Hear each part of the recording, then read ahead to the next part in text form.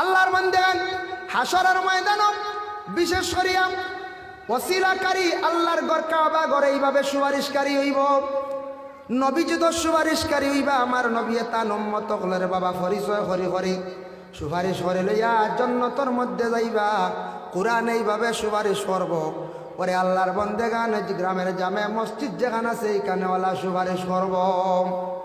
যার কারণে মসজিদর লাগি যারা বিরোধিতা করবা, ক্ষতি করবা, জীবনে ধ্বংস হইবা, এর লাগে আমরা এক শ্রেণীর মানুষ কিছু জায়গার মধ্যে ভাবা যায় মসজিদর কিছু মানুষে ক্ষতি করিয়া থাকে, মসজিদর ইমাম সাবকলোর বড় ফিসে লাগিয়া থাকে, ক্ষতি করে।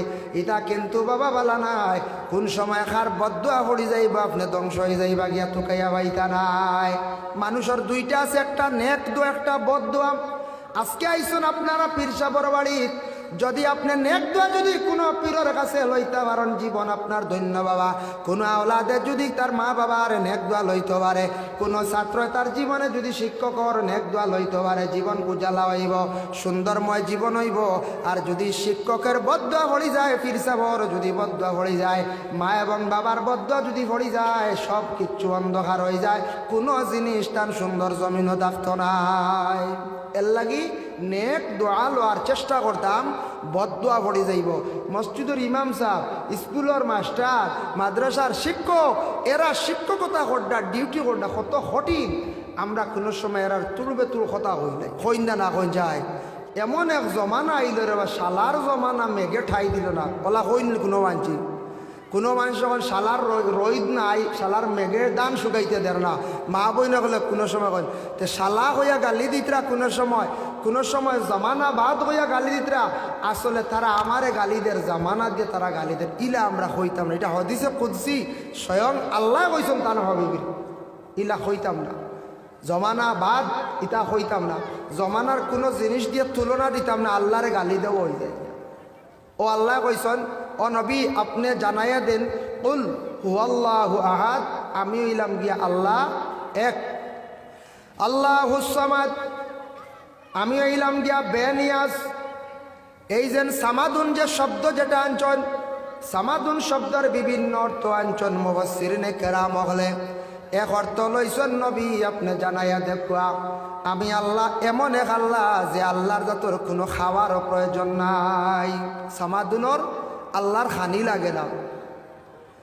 আবার সামাদুন শব্দর অর্থ আনছন আমার কোনো গুম লাগে না, আমার কোনো গুম নাই। নবী জানাইয়া দেওয়া আপনি বন্ধ হলে আমার বিছনার প্রয়োজন নাই, ঘরের কোনো প্রয়োজন নাই, আমার বিবাহর প্রয়োজন নাই।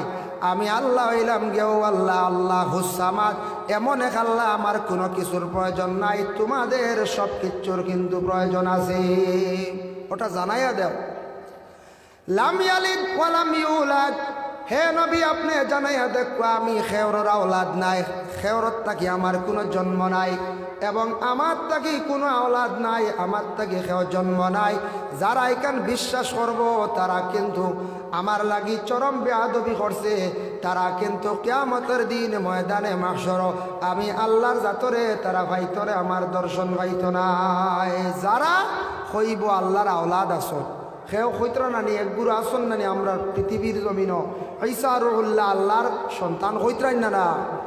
যারা কইবা কিন্তু জানিয়া রাখ্য তারা আমার দর্শন পাইতো নাই, আমার দেখতে পাইতো নাই, তারা সাইড পাইতো নাই, তারা ডাইরেক্ট জাহান্নামী হইব। ওয়ালাম ইয়াকুল্লাহু কুফুয়ান আহাদ, আমি আল্লাহ পাক রব্বুল আলামিন খেওরের মুহতাজ নাই, খেওরের মুতাওয়াক্কি নাই, আমি খেওরের ডরাই না, আমি খেওরের মানে খেওরের তলুয়াও নাই, কোনো মানুষের দ্বারও আমার লোয়া লাগে না। জানিয়া রাখিও নবী তারারে ওখান জানাইয়া দাও আল্লাহর রসুলে যেই সময় এই সূরাটা নাজিল হইছে সাহাবায়ে কেরাম ওগুলোর জানাই দিলা, কইলা সাহাবী ওগুল যাও চাই।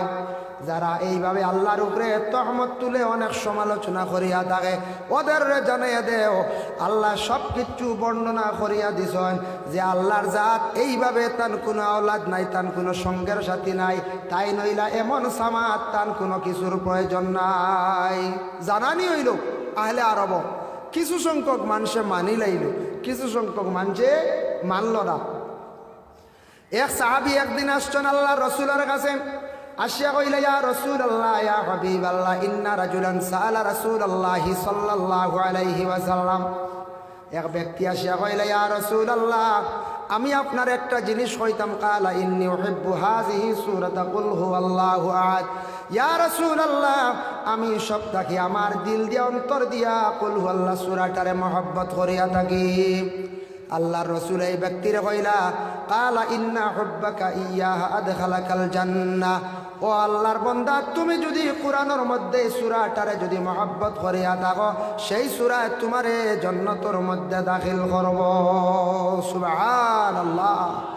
এক সূরা মহব্বত করার কথা কইসলা এই ব্যক্তি রাসূলুল্লাহরে নবীজি জান্নাতের সার্টিফিকেট দিলাইলা, কইলা এই সূরা যদি তুমি মহব্বত করিয়া থাকো, সূরা তোমার জান্নাতে দাখিল করব। এই সূরা জান্নাতে যদি নে, একটা সূরার যদি সুপারিশে যদি ব্যক্তি যদি জান্নাতি হয়ে যায়, পূর্ণ কোরআনডে যদি কেউ মানিয়া নে, মহব্বত করে, কোরআনডে যদি সে শ্রদ্ধা করে, কোরআনডে যদি তিলাবত করে, কোরআন শরীফে এইভাবে একটা আকার সুরত ধারণ করিয়া কিয়ামতের দিন সুপারিশ করবে। এখানে বিশ্বাস আছে না আপনার? তো মিশকাত শরীফে হাদিসটা বর্ণিত আছে, কোরআনে একটা সুরত ধরব, মসজিদেও একটা সুরত ধরব।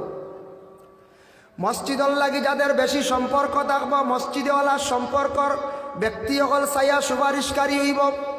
কোরআনের তেমনিভাবে যারা কোরআন ডে ইজ্জত করব, কোরআন ডে যারা তিলাওয়াত করব, যদিও সে কোরআন শরীফ পূর্ণ তিলাওয়াত করতে পারে না, সেই সুযোগ তার নাই বা সময় পাইছে না, কিছু কোরআনের অংশগুলা, কোরআনের সূরাগুলা সে যদি তিলাওয়াত দাম করিয়া করতে পারে, আল্লাহর বন্দেগান এক একটা সূরায় তারে জান্নাতের মধ্যে লিয়া যাইব গিয়া। কত ওসিলা বাবা আছে ময়দানে মাহশর। আপনার মসলকে আরবাবে হক মুফতি ওয়াজিউদ্দিন রহমতুল্লাহি তাআলা আলাইহি বর্ণনা করছেন, এখন বলে নবীজি কিয়ামতের দিন আখিরি জমানার নবী তাই চিন্তিত থাকবা, তান কি সুপারিশ করবা। এই কিতাব আনছেন ও আয়াতর ব্যাখ্যার মধ্যে আসা, আইয়া বাসাকা রাব্বুকা মাকামাম মাহমুদা। আল্লাহ তো ওয়াদা দিছেন, হে আমার হাবিব জানিয়া রাখো, আমি আল্লাহর যাতে ওয়াদা দিলাম, আমি আল্লাহর যাতে আপনারে মাকামে মাহমুদ দান করছি বলি আল্লাহ কইছেন, মানে নবীরে মাকামে মাহমুদ দেওয়া হয়ে গেছে গিয়া। আর আমরা উম্মত হলে আজানের পরে দোয়া করে, ওয়াবাসহু মাকামাম মাহমুদান আল্লাযী ওয়া'আদতা। আয় আল্লাহ, আমরার নবীরে উচ্চ স্থান মাকামে মাহমুদ দান করিও। নবী যে কইত্রা, যারা এই উম্মত হলে আমার জন্য দোয়া করবা আজানের পরে, হাল্লাত লাহু শাফাআতি, তাদের জন্য সুপারিশ করা, শফাআত করা আমার পক্ষে ওয়াজিব হয়ে যায়। সুবহানাল্লাহ। নবীজি তো কিয়ামতের দিন ময়দানে মাহশর সজিদার হালতে পড়িয়া কান্দিবা। আল্লাহ নবীরে ডাক দি কইবা, ইয়া মুহাম্মদ ইরফা রাসাক সাল তুতা ওয়াশফা তুশাফা। ইলা তো আর অন্য কোনো নবীর শানই কথা আইছে না। আল্লাহ আমরার নবীরে কইছেন, নবী আপনি মাথাটা জমিন থেকে উঠাবা। কিয়ামতের দিন এইভাবে আল্লাহ কইবা, আমরার নবী মাথা জমিন থেকে উঠাইবা, তখন সুপারিশ করা আরম্ভ করবা, খারারে সুপারিশ করা আরম্ভ করবা। যারা নবীরে দিল দিয়া মহব্বত কষলা, যারা নবীর অন্তর দিয়া মায়া কষলা, নবীজির সুন্নত লইয়া খবর থাকি উঠিয়া সর যাইবা। নবীর সুন্নত যদি লইয়া যাই না, নবী তান উম্মতর প্রতি প্রথমে শয়তানা সবর ভাই খার ভাই জানেন। কবরে যাবার পরে তো পুরুষের 3টা সুন্নত দেখবা, মহিলাগুলোর 3 সুন্নত দেখা হইব। মহিলার তো 3টা সুন্নত, তো মুখ খানো আছে না, দাগা আছে না, না হয় 1 দাগা, খানো 2 দাগা, সুন্নতে আজেরা অগুণ দেখবা আসেনি। আর পুরুষের 3 সুন্নত কিতা বলে, মাথার চুলটা সুন্নতি তরিকা আসেনি, কাছো শাড়ি মুসরে সুন্দর করে কাটিয়া রাখলানি, দাড়ি তার আসেনি। আমি দেখলাম দাকাইকুল আখবার এই কিতাবের মধ্যে আনছন, কোনো মানুষ যদি মারা যাইব, যেই দিন যে কোনো জায়গার মধ্যে সে মারা গেল, যে জায়গাত মরছে বা অন্য জায়গাত দফন করা হয়েছে, বন্দা যদি নখ কাটিতে পারে না, তার নখ লইয়া সরল ময়দানে উঠিব। বন্দা যদি বগলের রুম যদি পরিষ্কার করে না, 40 দিনের ভিতরে বগলের রুম লইয়া উঠিব। সে যদি তার লজ্জাস্থানটা যদি পরিষ্কার করে না, 40 দিনের ভিতরে সেইভাবে হাসরের ময়দানে উঠিব। খেওরার যদি মাথার মধ্যে যুব সমাজ লক্ষ্য করবা, হঠাৎ কোন সময় অ্যাক্সিডেন্টও মারা যাইতে পারেন, কোনো রোগে আক্রান্তিত হইয়া ভাই মারা যাইতে পারন চুলো যেন ডিজাইন করিয়া চলডা আপনি এহুদর মতো খ্রিস্টানের মতো চুলো ডিজাইন করডা হঠাৎ এইভাবে মারা যাইবা চুলোর তো আর কাটিং করা যাইতো নাই সমান করা যাইতো নাই সুন্নতি তরিকা চুলিয়া কবরে যাই দেয় নাই হাসরের ময়দান যুবক রে তোমার কাটিং ডিজাইন লইয়া উঠিবাই তখন নবীর উম্মত বলিয়া নবী যে পরিচয় দিতে শরম লাগবে না রাখুন যায় তান উম্মত হই থাকিলা যদি এখন ওলা চিল্লাম আর যদি 2000 চুলাই নৌকার লাগা এখন কই বাড়ি এক গুড়া মাঝখানে দুমগুছি সাইডো সাইড চুলাই ওলা আছে রে এখন কইন জানি ই ডিজাইন দেখিয়ালেন নবীয়ে উম্মত কইতা যেন তান উম্মতর বা সুন্নতে ইব্রাহিম বা নবীর যেটা সুন্নত দাড়িওয়ালা দাড়িও নাই ইবাই নাইতে নাই সেইর বাজু খাওয়া সুব্বা জানি গুই উম্মত কিলা তাই চিন্তা চিনবাইবার কোন লাইন আছে জি জি না বগলের রুম পরিষ্কার নাই অনেক মানুষের দেখা যায় শিকা গেঞ্জি গাত দিয়ে সিন্নি বাড়ি দেখবা বাপরে চাইলে দেওয়া 3 ইঞ্চি লম্বা 3 ইঞ্চি 3.5 ইঞ্চি সিন্নি করডা আবার বিয়া বাড়ি ডেক লাড়িতরা সরম লাগে মুসলমান সিঁড়ি আবু আনিবার কৌল হইল সিঁড়িটা আবু ইমাম শাফি সাহেব কইতা সিঁড়িতে পারে না তান কৌল হইল খুর দিয়ে আটো 40 দিনের ভিতরে এটা পরিষ্কার হইত এর লাগে হাসরের ময়দান মানুষ উঠিব যেইভাবে মরব যারা ওলাদ আছেন তোমার বাবা আছেন বাবার মুখটা সুন্দর করে বেমার পড়ার পরে সেভ করিয়া রাখিও দাড়ি রাখছেন বাবায় কিন্তু গালর মধ্যে বা মুসর মধ্যে জাবলা দেখা যার সুন্দর লাগে খাটিটা সুন্দরভাবে রাখতাম ওরে আল্লাহর বন্দে গান বিশেষ করিয়া ইলা যদি দেখুন আপনার বাবার মুখটা ওলাদে সুন্দর করে তুমি রাখার চেষ্টা করিও কোনো মহিলা বেমার পড়ছেন 40 দিন 50 দিন হয়ে গেছে চুলোর মধ্যে জট বান্ধি লাইছে মেয়ে সন্তান ছেলের বউয়ে মেয়ের তোমার শ্বশুরের কিবা তো তোমার মার মাথার চুলটা সুন্দর করিয়া বাড়িয়া রাখো মহিলার যাতে চুলটা খিলকা হয় এইভাবে মহিলা হাসরের ময়দান উঠিবা যারার সুন্দর চুল হইব চুল লইয়া আলা উঠিবা যারার মুখ দাড়ি থাকবো দাড়ি লইয়া উঠিবা এর লাগি বাবা চিন্তার কারণ আছে জমিন তাকি বিদা হইতে নবীর সুন্নত লইয়া যাইতাম না পঞ্চায় যাইতাম চিন্তা করক্কা স্মরণ করক্কা যে সময় গেছে কি এখন বয়স দিনে দিনে একদিন গেলে যার নবীর সুন্নতর লম্বা রাখছই না বাট্টিও করক্কা বাদে কন্যা জানে দলিল বানাই না এনামূলক সাহেব কইছেন বাট্টি জাইজ আছে জাইজ কইয়ান না আমি চাই আর তোরা আপনার তোরে বাট্টি দিয়ে শুরু করাই বুঝাইছি এক মসজিদের ইমাম সাহেবে কইসলা আপনার তোরে জোর আসর মাফ দিলাইলাম মাগরিব থেকে পাইতাম এরা কইছেন হাসাও একবারে মনে হয় মাফ তারা কইছেন মেসাবে কইছেন আমরা দুইক বিলকুল মাবা করা লাগতো বুঝাইছেন মেসাবে কইছেন দুইক ছাড়ি দিলাম আপনারা খাস খান ব্যবসা বাণিজ্য এর লাগে আমি কইলাম যে পয়লা বাট্টি করি শুরু করব কাজে এতে দলিল না বাট্টি করি আইয়া ডুককা পয়লা নবীর সুন্নতর প্রতি নবীর সুন্নত আইয়া ডুককা আল্লাহর বান্দাগান হাসরের ময়দান বিশেষ করিয়া ওসিলাকারী আল্লাহর ঘর কাবা ঘরে এইভাবে সুপারিশকারী হইব নবী যদি সুপারিশকারী হইবা আমার নবী তান উম্মত হলের বাবা পরিচয় করি সুপারিশ করে লইয়া জান্নাতের মধ্যে যাইবা কুরআন এইভাবে সুপারিশ করব ওরে আল্লাহর বন্দেগান গ্রামের জামে মসজিদ যেখানে আছে এইখানে ওলা সুপারিশ করব যার কারণে মসজিদর লাগি যারা বিরোধিতা করবা ক্ষতি করবা জীবনে ধ্বংস হইবা এর লাগে আমরা এক শ্রেণীর মানুষ কিছু জায়গার মধ্যে ভাবা যায় মসজিদর কিছু মানুষে ক্ষতি করিয়া থাকে মসজিদর ইমাম সাবকলোর বড় ফিসে লাগিয়া থাকে ক্ষতি করে এটা কিন্তু বাবা বলা নাই কোন সময় খার বদুয়া পড়ি যাইবা আপনি ধ্বংস হয়ে যাইবা গিয়া তুকাইয়া বাইতা নাই মানুষের দুইটা আছে একটা নেক দোয়া একটা বদুয়া আজকে আইসুন আপনারা পীর সাহেবের বাড়ি যদি আপনি নেক দোয়া যদি কোনো পীরের কাছে লইতে পারেন জীবন আপনার ধন্য বাবা কোনো আওলাদে যদি তার মা বাবার নেক দোয়া লইতে পারে কোনো ছাত্র তার জীবনে যদি শিক্ষকর নেক দোয়া লইতে পারে জীবন উজালা হইব সুন্দরময় জীবন হইব আর যদি শিক্ষকের বদদোয়া পড়ি যায় পীর সাহেবের যদি বদদোয়া পড়ি যায় মা এবং বাবার বদদোয়া যদি পড়ি যায় সব কিচ্ছু অন্ধকার হয়ে যায় কোনো জিনিস তার সুন্দর জমিনও থাকতো নাই এর লাগি নেক দোয়া লওয়ার চেষ্টা করতাম বদদোয়া পড়ে যাইব মসজিদের ইমাম সাহেব স্কুলের মাস্টার মাদ্রাসার শিক্ষক এরা শিক্ষকতা করডা ডিউটি করডা কত কঠিন আমরা কোনো সময় এরার তুলবে তুল কথা হই না হয়ে যায় হইলাই আমরা বুঝি আর না বহুত কঠিন বাবা এই সাবজেক্ট বহুত কঠিন ক্লাস এর লাগিয়া ভুল ভাইসদ জীবনে ইনফরমেশন দেখো আস্তে আস্তে লুকাইয়া কঠোর হতা হওয়া খান থাকি বাঁচিতাম আর কোন সময় খার বদুয়া লাগবো হইতাম পারতাম। এর জন্য যে সূরা ইখলাস আমরা ইকানো যত আছি, যেমন ফুলতলি সাহাবর মুরিদান আসিন না নাম, বিস্কুটি সাহাবর আসন, বাস স্ট্যান্ড সাহাবর আসন, বিলবারি সাহাবর আসন, গনিয়ালি সাহাবর আসন থাকতা পারেন যারা ইজাজত প্রাপ্ত। হিলুবীর সাহেব বাড়িও থাকতে পারেন, বিভিন্ন যারা ইজাজত প্রাপ্ত বরাকর মধ্যে হুজান্ডি সাহেব বাড়িও থাকতে পারেন, নয়া বাড়ি পুরান বাড়িও থাকতে পারেন।